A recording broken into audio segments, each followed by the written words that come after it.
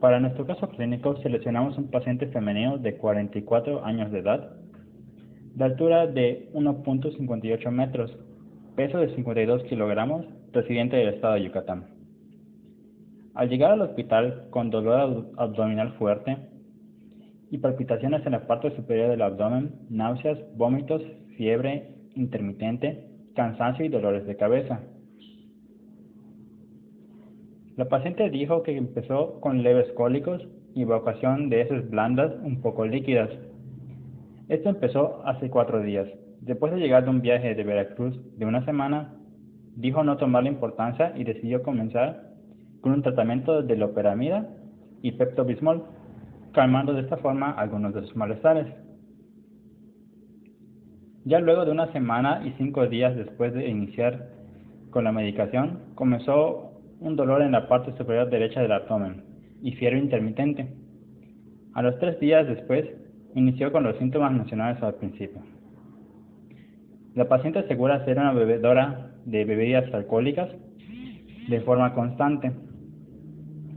Y también la paciente vive cerca de una casa que es un área verde bastante amplia en la que se encuentran muchos animales como gatos, perros callejeros y zarigüeyas. Ahora hablaremos de la epidemiología de estos parásitos. En la temoeba histolítica se conoce de igual manera como amibiasis y esta ocasiona una mortalidad de 40.000 a 110 casos por año. Se encuentran en las zonas tropicales y subtropicales como México, Cuba, Sudamérica Occidental, sur de Asia, sudeste y oeste de África, aunque también se encuentran en países de clima frío como Rusia. Hablando de la fasciola hepática, estas infecciones de especies de fasciola tienen una distribución mundial y se da principalmente en lugares donde hay ganado bovino. La fasciola hepática está presente normalmente en Europa, Asia, África, Norte, Centro, Sudamérica y Oceanía. Y la fasciola gigántica tiene una distribución que se restringe a Europa, Asia y África. Hablando del Toxocara canis, este parásito se encuentra en todos los países del mundo y tiene diversos reservorios. De igual manera, la toxocariasis tiene una distribución cosmopolita en el mundo, considerándose endémica en la mayor parte de los países de América, África y Asia. Tamoeba histolítica es un protozoo que pertenece al filo Sartomastigófora. Se encuentra en el suelo húmedo, el agua, alimentos y fomites que estén contaminados. Va a terminar infectando humanos y otros mamíferos como primates, cánidos, felinos, porcinos, roedores y bovinos. Se va a poder encontrar en 2 estadios, que son la forma invasiva vegetativa ameboide, que es la del trofozoito, y la forma que presenta resistencia a ese infectante, que es la del quiste. El trofozoito va a ser anaerobio facultativo con una forma irregular ameboide alargada y suele medir de 10 a 15 micras de diámetro. Los quistes son de una forma esférica u oval con una pared resistente de quitina y miden de 10 a 15 micras. Su citoplasma tiene barreras cromatoides de bordes curvos y se dividen por mitoses sucesivas, por lo que al final, cuando alcance la madurez, va a presentar 4 núcleos. Se caracteriza por causar la amebiasis, que es una infección intestinal que causa colitis invasiva aguda o disentería amebiana. En la mayoría de los casos suele ser asintomática, pero cuando llegan a producirse estos síntomas, suele ser en un periodo de incubación de 2 a 4 semanas y son debidos a que los trofozoitos invaden la mucosa intestinal, dando lugar a la conocida colitis. Así va a consistir prácticamente de una diarrea con moco y sangre o síndrome disentérico con dolor abdominal y en algunos casos puede presentarse fiebre. Fasciola hepática es un gusano plano perteneciente al filo de los helmintos, subfilo de los plantelmintos. Los gusanos adultos son hermafroditas y tienen el cuerpo aplanado con forma de hoja y con ventosas orales y ventrales que van a actuar como órganos de fijación. Va a presentar entre unos 20 y 30 milímetros de largo por 13 de ancho y se puede encontrar en el agua dulce, vegetación acuática, animales herbívoros y caracoles anfibios. Se pueden encontrar varios estadios como el huevo y la metacercaria hasta que llegue al adulto, y específicamente en el carador puede pasar por el miracidio, el esporoquiste, la redia y la cercaria. Los huevos son elipsoides, operculados y de color pardo amarillento. Van a tener un tamaño de 130 a 150 micras de largo y de 60 a 90 de ancho. La forma larvaria, que es la infectante o también llamada metacercaria, mide alrededor de 2 milímetros de diámetro y tiene una cubierta muy dura. Al infectar va a causar la fasciolosis y en fase aguda aparece alrededor del primer mes. Esta fase pues va a presentarse durante varios meses que van a incluir fiebre, fatiga, que va a seguir aumentando. También va a llegar a presentar dolor abdominal, deterioro del estado general, náuseas, vómitos, diarrea, hepatomegalia y hasta dolor hepático. Incluso puede llegar a presentar prurito, urticaria, eosinofilia e incluso anemia. Después, al cabo de 3 a 5 meses de la infección, como consecuencia de la presencia del gusano adulto en los conductos biliares, se produce la fase crónica con manifestaciones como obstrucción e inflamación biliar, y esto va a llevar también a icteria, cólico hepático, cirrosis y fibrosis del hígado. Toxocara canis es un gusano redondo intestinal que pertenece al filo de los nematodos. Los gusanos adultos van a presentar una coloración rosa con forma cilíndrica y en la parte anterior del cuerpo van a presentar una boca con 3 labios bien desarrollados. También va a presentar aletas y una diferencia entre los machos y las hembras va a ser el tamaño, ya que los machos miden de 4 a 6 centímetros y las hembras de 6 a 10. Además, la parte posterior del macho es curva con papilas caudales, mientras que la parte posterior de la hembra es recta y termina en punta. Además, este se va a poder encontrar en los mamíferos, siendo el perro su hospedero definitivo, aunque también se puede encontrar en el suelo, agua y vegetación contaminada. Sus huevos van a medir de 85 a 75 micras, van a ser circulares u ovalados, y solo se van a encontrar en los perros y sus heces. Va a causar la toxocariasis con manifestaciones clínicas que pueden variar dependiendo de la migración de la larva, generalmente causando fiebre, fatiga, tos, silbancias, eosinofilia, hepatomegalia, dolor abdominal, anorexia y pérdida de peso. Durante la migración, pues también va a poder causar inflamación, urticaria, prurito y necrosis. También, dependiendo a qué órgano migre, va a poder causar como unas infecciones secundarias, que son la toxocariasis ocular, la toxocariasis neurológica o nerviosa y la toxocariasis encubierta, que básicamente presenta síntomas que son inespecíficos y son atribuidos a esta. En el caso de Entamoeba histolítica, su ciclo biológico va a ser directo y de un solo hospedador. Va a iniciar cuando los quistes se liberan a través de las heces fecales. Posteriormente, estos quistes maduros van a ser ingeridos en alimentos, en aguas o en objetos contaminados por las heces. Posteriormente, en su oclusión, van a pasar al intestino delgado liberando a los trofozoitos que van a migrar hasta el intestino grueso. Los trofozoitos se van a multiplicar por fisión binaria y van a producir más quistes, los cuales se van a excretar por las heces para que posteriormente continúe este ciclo biológico. El ciclo biológico de fasciola hepática va a ser indirecto y va a necesitar de al menos 2 hospedadores. Este va a iniciar cuando se liberen los huevos sin embrionar a través de las heces fecales. Estos huevos se van a embrionar en el agua para posteriormente liberar sus miracidios, los cuales van a invadir un caracol. Aquí van a pasar por varias etapas de desarrollo como los esporoquistes, las reidas y las cercarias. Las cercarias se van a liberar del caracol y se van a enquistar como metacercarias en la vegetación acuática o en otras superficies. Posteriormente, los mamíferos van a adquirir la infección al ingerir esta vegetación que contiene las metacercarias. Después de la ingestión, las metacercarias van a eclosionar en su duodeno y van a migrar a través de la pared intestinal. Es el mismo caso en los humanos, ya que la maduración va desde las metacercarias hasta los adultos y dura aproximadamente de 3 a 4 meses, hasta que finalmente los adultos residen en los ductos biliares de los hospedadores. El ciclo de Toxocaria canis se puede completar prácticamente solo en el perro, y los humanos y otros animales se van a convertir en hospedadores accidentales de la infección. Después de la ingestión de los huevos infectantes por los perros, van a eclosionar y las larvas van a penetrar en la pared del intestino y migrar hacia varios tejidos donde se van a enquistar. Estos estadios de enquistamientos van a ser reactivados durante la gestación y así prácticamente van a ser traspasados hacia los cachorros por vía transplacentaria o intramamaria, donde los gusanos adultos se van a establecer en su intestino delgado, de tal manera que los huevos infectantes sean excretados tanto por el cachorro como por la madre. En el caso de los humanos y otros animales que son hospedadores accidentales, se van a infectar al ingerir la tierra contaminada. Después de su ingestión, los huevos van a eclosionar y las larvas van a penetrar la pared intestinal, donde son acarreadas por una vía circulatoria de muchos tejidos, aunque prácticamente estas larvas nunca van a completar su desarrollo. Para entender los mecanismos de patogenicidad de Entamoeba histolítica, es importante conocer los siguientes aspectos. Después de ingresar en el hospedero, los quistes viajan al intestino, donde se adhieren al epitelio intestinal mediante una lectina con especificidad para residuos de galactosa y N-acetilgalactosamina y una adhesina. Ya en el intestino ocurre lo que conocemos como desenquistamiento, y los trofozoitos migran y colonizan el ciego y el colon, el cual será su hábitat definitivo.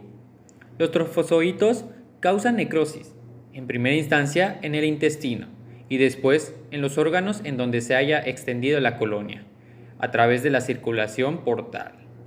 También se observa inflamación, úlceras y destrucción de extensas áreas del epitelio intestinal. Un dato a tener en consideración es que si la infección cursa de manera asintomática, el parásito se va a unir al moco del colon y va a permanecer en ese lugar sin causar mayor daño hasta que muera y sea desechado a través de las heces fecales. En cambio, si la invasión progresa, se va a dar lugar a la colonización del intestino. Dentro del mecanismo de patogenicidad hay 3 apartados que son de alta relevancia. En la degradación de la matriz extracelular se da la unión de los trofozoitos a la mucina de la mucosa colónica. Una vez unido al moco del colon, va a proceder a la degradación del mismo, para llegar a las células epiteliales, en donde va a inducir la formación de varias moléculas. En la lisis extracelular e intracelular nos damos cuenta de la importancia que tiene la inflamación para el parásito, además de conocer los mecanismos de matanza responsables de la necrosis de los órganos, que son la fagocitosis y trogocitosis. Y por último, en la evasión de los mecanismos defensivos del hospedero, observamos que la isquemia de la inflamación reduce el acceso de las moléculas generadas por el sistema inmune innato, además de una manera de camuflajearse el parásito y cómo los sobrevivientes al sistema inmune son los encargados de la colonización. Para el mecanismo de patogenicidad de fasciola hepática hay que conocer que hay 2 periodos principales. El primero, denominado como inicial o de invasión, que comienza al momento de la ingestión de las metacercarias hasta la implantación de los parásitos en los conductos biliares. Y el segundo periodo, que se conoce como de estado, es cuando los parásitos alcanzan la madurez sexual y comienzan a eliminar huevos en la materia fecal del hombre o animal infectado. Durante el periodo inicial, los parásitos juveniles, al migrar por el peritoneo y el parenquima hepático, inducen reacción tisular a cuerpo extraño y producen inflamación del peritoneo, con exudado e infiltrado leucocitario, principalmente de eosinófilos. El hígado aumenta de tamaño con presencia de microabscesos y necrosis, mientras que en el periodo de estado, una vez que los parásitos se localizan en los conductos biliares, estos aparecen dilatados y esclerosados, con reacción inflamatoria crónica en la periferia de los conductos biliares del tipo fibrosis, y el epitelio puede presentar hiperplasia pseudoglandular. Cuando el número de parásitos es muy grande, se presenta atrofia en el parenquima hepático por compresión y cirrosis periportal. Y por último, encontramos el mecanismo de patogenicidad de Toxocara canis, que comienza una vez que el humano ingiere los huevos de la Toxocara. La larva, que es el segundo estadio de vida del nemátodo, germina en el intestino delgado, donde penetra en su mucosa y de este sitio son transportadas al pulmón y al hígado por medio del sistema linfático y sanguíneo. Luego se disemina a diferentes órganos abdominales o a los ojos. En su mayoría, las infecciones cursan de manera asintomática. Sin embargo, en algunos individuos, el sistema inmune es incapaz de controlar la migración de la larva al hígado, donde se disemina a otras partes del cuerpo. En estudios recientes, se han visto implicada de manera esporádica como una causa de asma, convulsiones y déficit neuropsicológico. Los principales factores de virulencia de la entameba histolítica son las amebaporos, las cuales tienen una función primaria de eliminar las bacterias ingeridas dentro de las vacuolas digestivas y poder inducir la necrosis de células epiteliales y leucocitos durante la invasión del parásito. Las proteínas de cisteína, las cuales son enzimas proteolíticas secretadas por la ameba dentro de su microambiente, lo cual le permite una habilidad esencial del parásito para destruir a los tejidos humanos. Luego está el complejo heterodimérico de adesina y proteasa de cisteína y lectina de adhesión, las cuales son proteínas que le permiten la adhesión a la membrana del hospedero. La proteína de membrana 220-KDA y las proteínas ricas en serinas son proteínas expresadas por ese mismo parásito que lo convierten en un antígeno de relevancia en su supervivencia. Los principales factores de virulencia de la fasciola hepática son la catepsina y proteína de unión a ácidos grasos, los cuales son factores que le permiten al parásito evadir y modular la respuesta inmunológica del hospedero, obstaculizan la activación de células inmunitarias al limitar su capacidad de responder a estímulos inflamatorios. La peroxiredoxina, el cual recluta y modula activamente a las células dendríticas y los macrófagos M2, favoreciendo la inducción de la respuesta inmunitaria, creando un entorno que favorece la supervivencia del parásito. El antígeno metabólico de excreción y secreción de la fasciola hepática disminuye la producción de células productoras de anticuerpos contra antígenos timodependientes, al igual que es un antígeno que puede ser identificado con la prueba de ELISA para diagnóstico diferencial. El principal factor de virulencia de la Toxocara canis es el antígeno de excreción-secreción de Toxocara canis, también denominado TES, el cual es un antígeno que ha sido estudiado recientemente en años, demostrando una capacidad para la supervivencia del parásito en el cuerpo del hospedero, evitando y disminuyendo la respuesta inmunológica del mismo. Al igual que la de la fasciola, es un antígeno que puede ser identificado con la prueba de ELISA para el diagnóstico diferencial. En cuanto al diagnóstico diferencial de la entamoeba histolística, se realiza principalmente para evitar confusiones con la entamoeba coli y la blastocystis hominis, que por lo general se suele confundir cuando se encuentra en forma de quiste. El examen principalmente consiste en pruebas de tipo coprológicos para la observación de quistes o trofozoitos y la detección de antígenos del parásito en heces. Otro es la demostración de anticuerpos específicos en suero. Entre algunos de los métodos que tenemos el método de Telemann y el método de Burrows. Para el diagnóstico diferencial de la fasciola hepática, se realiza para evitar confusión con un número bastante grande de parásitos, como es la fasciola gigántica, la Clonorchis sinensis, la Opisthotorchis viverni, entre otras, que por lo generalmente suelen causar enfermedades de hígado. Aquí podemos ver que se menciona principalmente a las pruebas del tipo ELISA e inmunoelectroforesis, las cuales son los principales que van a causar un diagnóstico diferencial entre estas ya mencionadas parásitos distintos. Igualmente se realizan exámenes de coproparasitología por método directo. Para el diagnóstico diferencial de la Toxocara canis, se realiza principalmente pruebas del tipo PCR, tipo ELISA, pero se tiene un pequeño problema con este.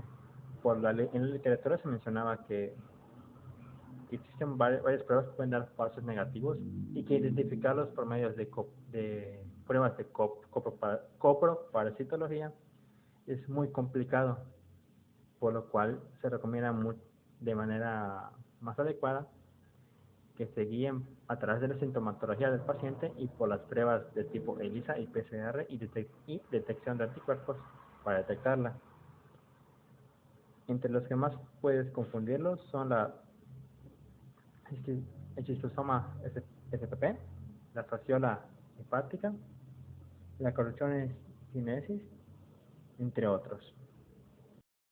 Se sospecha que el caso corresponde a una amebiasis, por lo que la agente causal sería Entamoeba histolítica. La razón que nos llevó a esto son los síntomas que presentó la paciente. Aunque algunos síntomas mencionados en el caso, por lo general, no se presentan en una amebiasis, como las náuseas y vómitos, en algunas personas las amebas se extienden al hígado, donde provocan abscesos, lo que ocasiona que se presenten síntomas como fiebre, sudoración, escalofríos, debilidad, náuseas, vómitos, pérdida de peso y dolor o molestia en la parte superior derecha del abdomen. Además de que cumple con 3 factores de riesgo de infección por entamoeba histolítica: el alcoholismo, ser un adulto mayor y haber viajado a una región tropical, como lo es Veracruz. Sin embargo, se recomienda hacer un examen parasitológico para confirmar o incluso descartar infección por entamoeba histolítica y así dar con exactitud con el agente causal.